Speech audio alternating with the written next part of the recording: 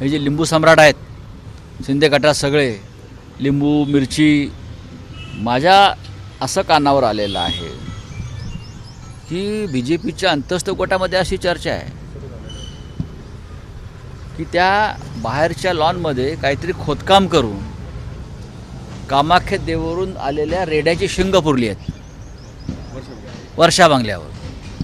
जे रेडे कापले असं तिथे चर्चा आहे, असं त्यांचेच लोक सांगतायत, असं तिकडला स्टाफ सांगतो आहे. हे खरं आहे की खोटं आहे? आम्ही का अंधश्रद्धेवरती विश्वास ठेवत नाही.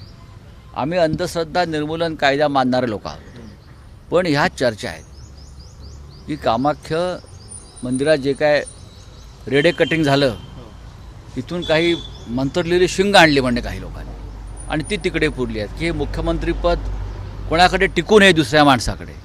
आम्ही सदैव असं तिकडला जो कर्मचारी वर्ग त्यांनी हे सांगतायत. आता ही चर्चा आहे. पण साहेब त्या बंगल्यावर मुख्यमंत्री गेले नाहीत म्हणून राज्याचा कारभार ते हातात नाही असं नाही. अजिबात नाही. मी असं कुठे म्हणतोय? मग अडचण काय आहे? नाही गेले तर मग का नाही जायचं? आपण काय एवढं मुद्दा लावून धरताय? आम्ही मुद्दा लावत नाही. आम्ही कशाला मुद्दा लावून धरतो? पण मुख्यमंत्री पद रिकामं राहत आहे, त्याचं उद्या काहीतरी त्यातून वेगळं निष्पन्न होईल.